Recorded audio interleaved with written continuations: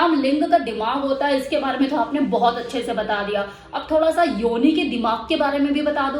भाई योनि का दिमाग नहीं होता, योनि के तो नखरे होते हैं। और कैसे नखरे? क्या जब देना नहीं है तो सिकुड़ जाएगी, देने के मूड में है तो फैल के स्ट्रैच हो जाएगी।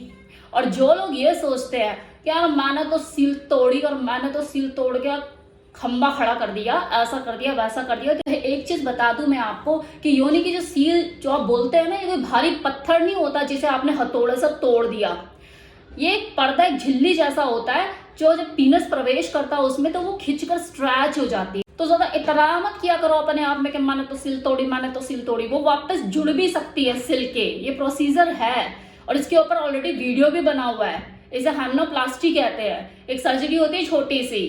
अब जिस तरह से किसी मेल के पीनस में विभिन्न प्रकार की वैरायटी पाई जाती है, सी penis, curved penis, narrow head penis, mushroom penis, micro penis, same इसी तरह से फीमेल वजाइना में भी वैरायटी देखने को मिलती है, जैसे miss puff, miss Barbie, miss curtain, miss tulip और भी अन्य तरह की वैरायटी। क्या दोनों की ही इंफॉर्मेशन डिटेल में चाहिए कि पीनस की एक एक वैरायटी को मैं डिटेल में एक्सप्लेन करूँ, वजाइना में जितनी वैरायटी होती है सबको अच्छे से एक्सप्लेन करूं? तो ऑलरेडी वीडियो अपलोडेड है चैनल पे जिसमें मैंने वजाइना की वैरायटी के बारे में बताया है और पीनस के शेप और साइज के बारे में बताया हुआ है, उसके फंक्शंस के बारे में भी बताया हुआ है। इनफैक्ट ये भी बताया हुआ है कि कौन सा पीनस का शेप और साइज कौन सी पोजीशन में ज्यादा कंफर्टेबल रहता है और प्लेजरेबल रहता है किसी फीमेल के लिए। इन दोनों वीडियो से रिलेटेड अगर आपको लिंक चाहिए मुझे बताइएगा कमेंट सेक्शन में, मैं प्रोवाइड कर दूंगी। लिंक बोल रही हूँ, लिंक नहीं, आपको कुछ ज्यादा ही सुनाई देता है।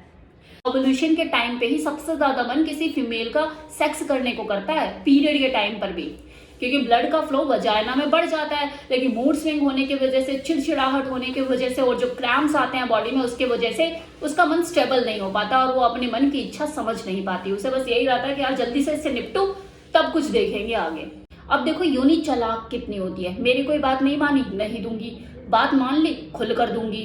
कहीं ना कहीं वो इस बात को अच्छे से जानती है कि जो लिंग है इसको तृप्ति मेरे अंदर घुसकर ही मिलनी है। जाएगा कहाँ, आएगा तो यही, आज नहीं तो कल मेरी बात माननी पड़ेगी। है ना कितनी चालाक। लेकिन सबसे ज्यादा परेशानी किसी योनि को तब उठानी पड़ती है, उसके नखरे सारे के सारे धरे रह जाते हैं जब वो अपने पार्टनर के लिंग की पकड़ में आ जाती है। लिंग, वो सख्त तना हुआ लिंग जब योनि में प्रवेश करके घर्षण करना शुरू करता है ना, तो उस वक्त उसे ना समझ में आता कि भाई लुब्रिकेशन अवेलेबल है या नहीं, वो चिकनाहट मुझे पूरी मिल रही है या नहीं। और तो बस लगा रहता है कि पंगे ले रही थी ना, बड़े नखरे दिखा रही थी, अब भाई ना पकड़ में, अब देख। उस वक्त उसकी जो अंदर की मेल ईगो होती है ना, वो कहीं ना कहीं सेटिस्फाइड हो रही होती है, तो अच्छा लग रहा होता है उसे। उस घर्षण में एक अलग तरह का मजा आ रहा होता है जो जर्नली उसे शायद ही आता हो, उस वक्त ज्यादा मजा आता है। तो उस वक्त अगर वो फेमिनिन या सबमिसिव काइंड ऑफ फीमेल होती है तो ज्यादा वो चू चप्पड़ उस वक्त करती नहीं, बस झेल लेती है। और ज्यादा से ज्यादा प्रोसेस खत्म हो जाएगा तो ये बोल देती है कि बड़ा रफली तरीके से कर दिया तुमने, अब 2 दिन ना मुझे टच मत करना, मेरी हो गई हालत खराब, यूरिन भी पास आउट करने जा रही तो जलन हो रही है मुझे। किसने कहा था इस तरीके से करने का? ऐसे करता है क्या कोई? लेकिन अगर कोई डोमिनेंट फीमेल है और वो भी अगर मूड में है तो वो रफ घर्षण का मजा उठा लेगी बराबर, कोई दिक्कत नहीं। लेकिन अगर वो मूड में नहीं है तो खेल खत्म होने के बाद थपड़ा देगी पकड़ के कि उधर बैठ चल, बहुत कूद का दे लिया तू अब। तो देखो है ना योनि के नखरे, भाई बहुत नखरे हैं। और हाँ, अब इस वीडियो में कोई अगर मुझे कमेंट करने वाला है कि मैम आपके पास यही ट्राउजर है क्या, आप इतनी बार यही ट्राउजर पहन के आ जाते हो, तो डार्लिंग एक चीज बताइए, ये सफेद जो बैकग्राउंड है मेरी वीडियो में जो हमेशा आपको देखने को मिलता है, इसे आप 3 साल से झेल रहे हो, लेकिन मेरे कपड़े आप रोज चेंज करवाना चाहते हो, इतना जुल्म क्यों? अब ज्यादा चू चप्पड़ की ना तो अगली 4 वीडियो में भी यही ट्राउजर पहने हुए नजर आऊंगी। आप कपड़े खरीदते हो, पहनने के लिए खरीदते हो या एक बार पहनने के लिए खरीदते हो? और मैं तो कोई जेनिफर लोपेज भी नहीं जो एक बार कपड़ा पहन के उसकी तरफ देखूं तक ना।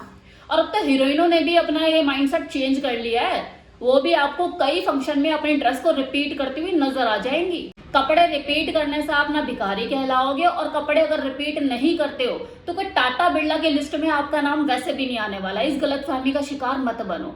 तो रिपीट करो कपड़े, भाई पहनने के लिए खरीदे हैं, एक बार पहनने के लिए नहीं खरीदे हैं। चलिए बाय बाय।